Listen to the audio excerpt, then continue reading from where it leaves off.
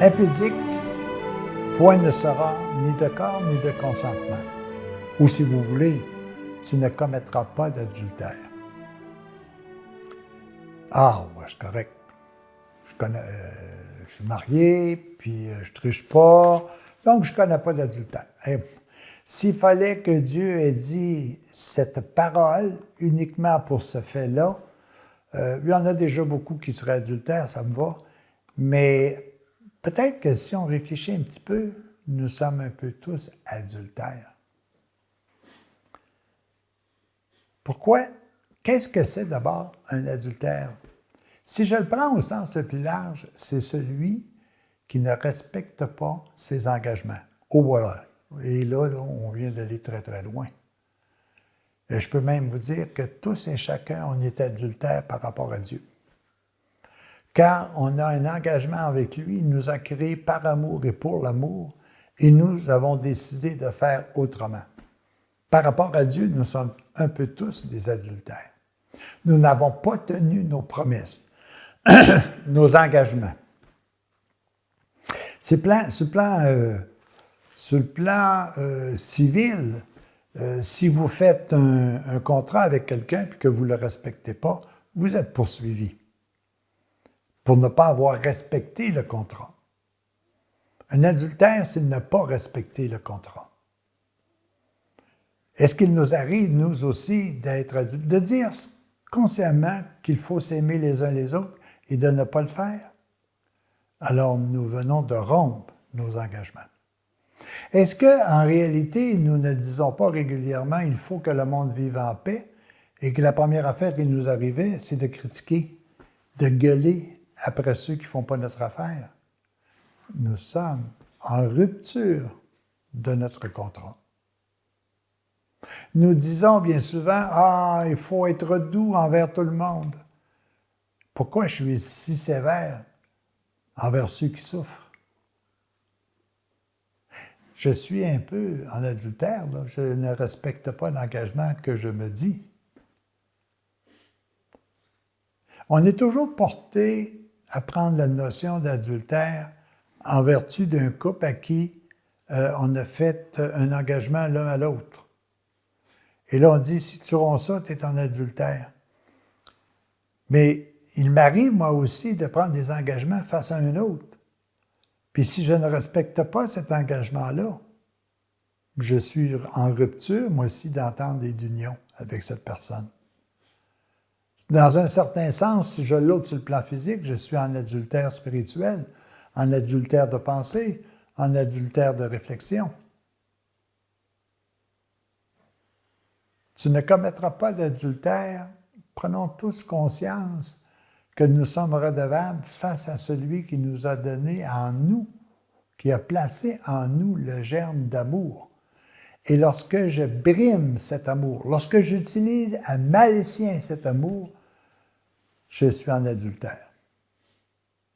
Lorsque, par exemple, pour des fins temporelles, je me mets à adorer ma job, à adorer l'argent, à aimer des choses qui sont périssables, je limite mon entente. Je limite les vœux et la promesse que j'ai faite. Alors que tout ça doit dépasser. Ma promesse doit dépasser uniquement le fait que j'aime mon travail.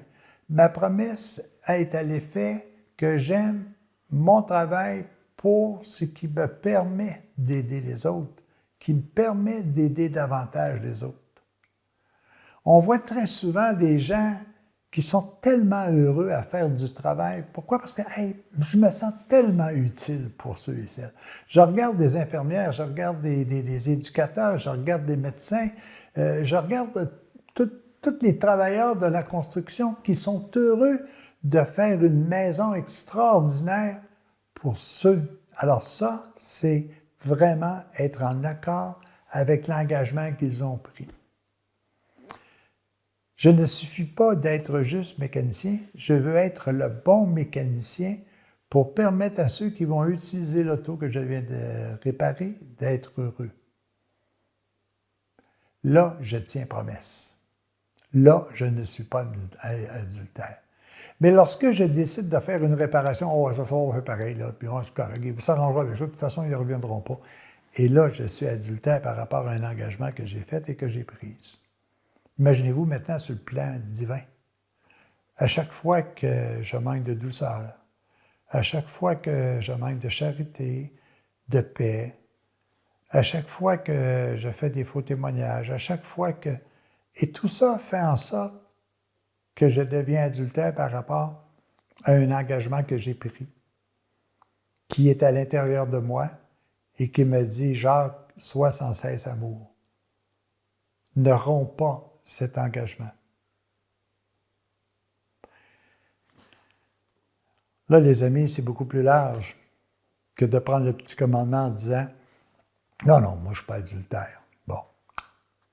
Ah, t'as peu là. Va un peu plus loin.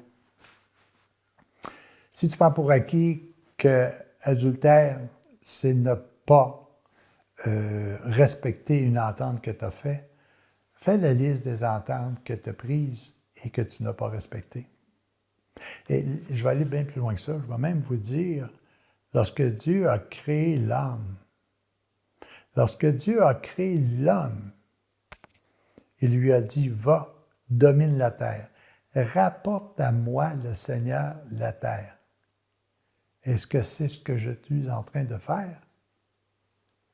Si ce n'est pas ce que je fais, j'ai un petit problème. En tout cas, j'ai une zone de réflexion qui va me permettre de dire, est-ce que je prends soin de tout ce qui m'a été traité comme il m'a été demandé de le faire? Est-ce que je ne suis pas un intendant qui est en train de voler son propriétaire?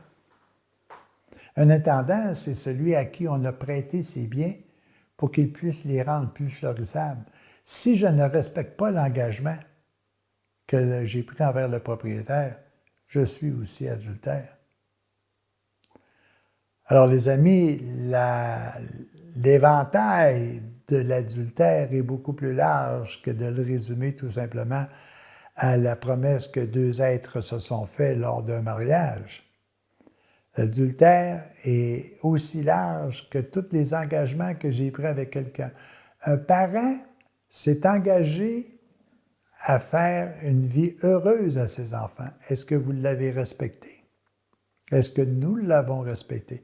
Est-ce que nous faisons tout ce qui est en notre possible pour pouvoir tenir promesse? Est-ce que je m'éloigne de ces engagements-là ou est-ce que ces engagements-là sont... On dit très souvent « père et mère un jour, père et mère toujours ». Est-ce que c'est vrai? Ou est-ce qu'on le cite tout simplement lorsque ça va mal? Et lorsqu'on veut se débarrasser de la responsabilité que l'on a. Lorsque je fais un engagement envers mon employeur, que je dis oui, je vais travailler pour toi moyennant tel salaire, et que je profite de toutes les occasions possibles pour éviter de travailler pour avoir le même salaire, est-ce que je ne suis pas en contravention avec l'entente, avec le contrat que j'ai établi? Ce contrat-là, j'en ai établi avec Dieu, j'en ai établi avec tous ceux et celles qui m'entourent, j'ai établi des contrats avec la vie, j'ai établi des contrats avec la nature. Est-ce que je les respecte?